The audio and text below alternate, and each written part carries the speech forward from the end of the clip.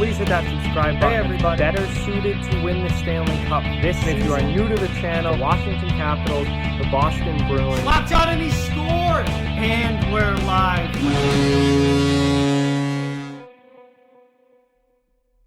Hey everybody. So the NHL Draft was back in October, and those players selected, particularly first-round picks, have been slowly but surely starting to sign their entry-level contracts with their NHL teams. Now, there are a lot of first-round picks who remain unsigned so far, but over the next couple weeks, I think we're going to see more and more of them start to sign their entry-level deals. But one thing that I wanted to look at and talk a little bit about today is how many of these guys drafted just a month ago could we see actually playing in the NHL next year or this coming season, and how many of them are going to be take longer to develop, which is usually the case. And if you go to NHL.com, they have a page set up where it's a 2020 first round pick signing tracker, and it tells you who is signed, who's remained unsigned of everyone in the first round, and where these guys are expected to be playing this coming season. When you go through that page and look at it, it's looking like there's not going to be very many of these players playing in the NHL for this coming season. A lot of them are going to be going back to junior or Europe or college and playing somewhere else. So I just want to quickly go through here and take a look kind of player by player, particularly some of the bigger names in the higher picks, and see where they're expected to be playing next season. So before I fully begin, I just ask that you please subscribe if you are new and hit that thumbs up button if you haven't yet. Both of those things help out so much and are very much appreciated. But basically, nobody outside of the top 10, so picks 11 through 31, nobody outside of the top 10 is expected to actually be playing in the NHL next season, or this coming season. So all of those guys are going to either be playing in Europe, playing in junior, or playing in college, where they're playing right now. So you can already wipe those guys off the board as far as what are their chances of playing in the NHL next year. They're not. Within the top 10, there are up to 4 guys that could be playing in the NHL this season. There's as little as 1 that could be playing in the NHL this season. The only player that is pretty much a guarantee to be playing in the NHL this coming year is Alexi Lafranier with the New York Rangers. The number 1 overall pick. He's expected to play a top 9 role for the Rangers this season. He signed his entry-level deal on October 12th. Lafreniere is going to be in the NHL, and he was a first overall pick for a reason. He's done everything there is to do in junior as far as just his level of play and his development. Now it's time for him to take that next step. He is going to be with the Rangers this season. Outside of that, though, there are no guarantees. Even pick number 2, Quentin Byfield, is not a guarantee to play in the NHL next year. When you look at his page here, or his spot on the page, he signed a 3-year entry-level deal back in the middle of October. He could play a top 9 role with the Kings this season, or he could remain with Sudbury in the OHL. They don't know exactly what the Kings are going to do with Byfield. I think he's going to play with the LA Kings this season. I think they want him up there in LA, playing behind Anze Kopitar, learning from Anze Kopitar, and they want him to develop in the NHL and with Kopitar and have him kind of as a mentor. I think he's going to be on the Kings, but again, there's no guarantee of that. They haven't outrightly said that yet, and there is still a chance that he possibly goes back to the OHL. Tim Stützle from the Ottawa Senators, 3rd overall pick. He has not signed yet. He's currently playing over, well, he's out injured right now, but he was playing over in Germany. He's out injured now. He had surgery in the middle of October. He was supposed to be out 6 to 8 weeks, so he's still got a decent amount of time left on that recovery. But if the NHL starts in January, he should be healthy by then. Certainly will be healthy by then, barring a major setback or a re-injury. which would be a huge issue, obviously. But he should be back in plenty of time if he does come and play with Ottawa this season. And it says here he could play with the Senators or remain with Mannheim in Germany's top professional league. So they don't know what the Sens are going to do with Stützle yet. He could play in the NHL this coming season, or he could stay in Germany for another year. Lucas Raymond, the 4th overall pick from Detroit, is not yet signed. He's playing with Frölunda in the Swedish league right now, and he is fully expected to stay and play this full season in the Swedish hockey league.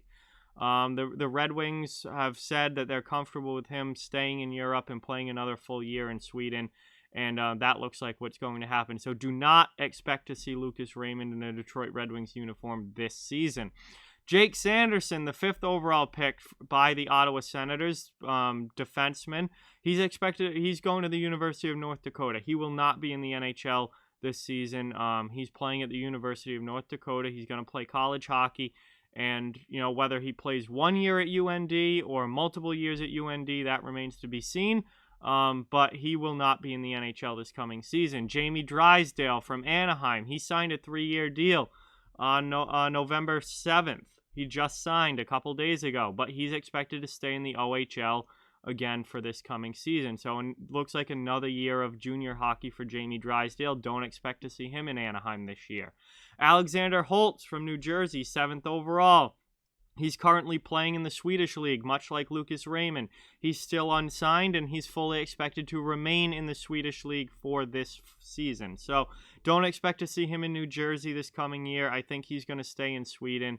I would be shocked if New Jersey brought him over. Just let him play another year, get another year older, another year stronger, another year better, and then, look at him for 2021-22. Jack Quinn from Buffalo, 8th overall. He's fully expected to play in the OHL this year, again with the Ottawa 67s. So the Sabres are not expecting him to come in and play right away. Number 9, Marco Rossi. This is really the last question mark. I'll just skip to quickly. Cole Perfetti, Winnipeg, 10th overall, expected to play in the OHL again this year. So he is not expected to jump right in and play with the Jets. So Marco Rossi is really the last question. Minnesota took him 9th overall. He dropped, he's really thought of as a top 5 talent who did fall a little bit in the draft, because teams like New Jersey and Buffalo were going for scorers rather than playmakers, and obviously the Senators and Ducks took defensemen at 5 and 6. So he dropped because he was a center and not exactly what those teams were looking for, but he is widely considered a top 5 talent, and he signed a 3-year entry-level deal back in October. And he is still a question. He could play for the Wild or spend another season in the OHL. But I think there's a real chance that Marco Rossi plays for the Minnesota Wild this coming season. He is a very talented playmaker, and the Minnesota Wild desperately need help down the middle. They desperately need scoring centers, and Marco Rossi, I think, has the talent to jump right in and play that role for Minnesota. So I would not be surprised if Rossi does play in the NHL this coming season with the Wild. There also is not a guarantee, and he could go back to the OHL for another year. But when you look at this, there's not a lot of guys who are likely to play in the NHL this coming season. And there very rarely is. It's not often that guys get drafted and immediately jump into the NHL. Most of them play junior, Europe, college, wherever they are, for at least one more year, if not 2, before making that jump to the NHL. But this was such a highly touted draft and such a highly talked about draft as far as the amount of talent and the great players in it.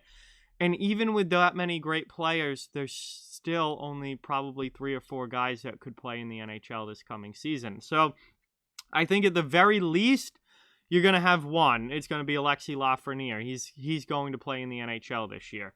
At the most, I think you have 4 guys who make that jump immediately to the NHL, and it would be Lafreniere, Byfield, Stützle, and Rossi. Those would be your 4 guys at most that would play in the NHL next season. It's going to be somewhere between 1 and 4, and the rest of these guys are all going to take at least another year of development, which, again, is normal, but it's just, you think about it when you're drafting these guys, and there was so much hype about this year's draft, and I think some people, more casual fans would think these guys are going to come right in and play and be, superstar players.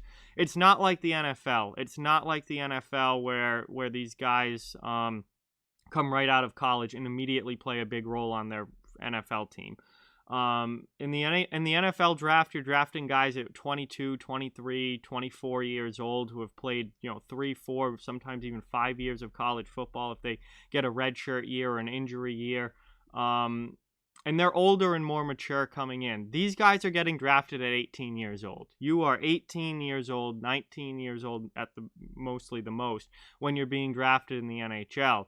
You still have to develop. You still have a lot of growing up to do. You still have a lot of getting better to do before you're ready to make that immediate impact. And, we look at past drafts, guys who are selected 3, 4, 5th overall, it still takes them 2-3 years to get into the NHL sometimes. That's not unheard of. So,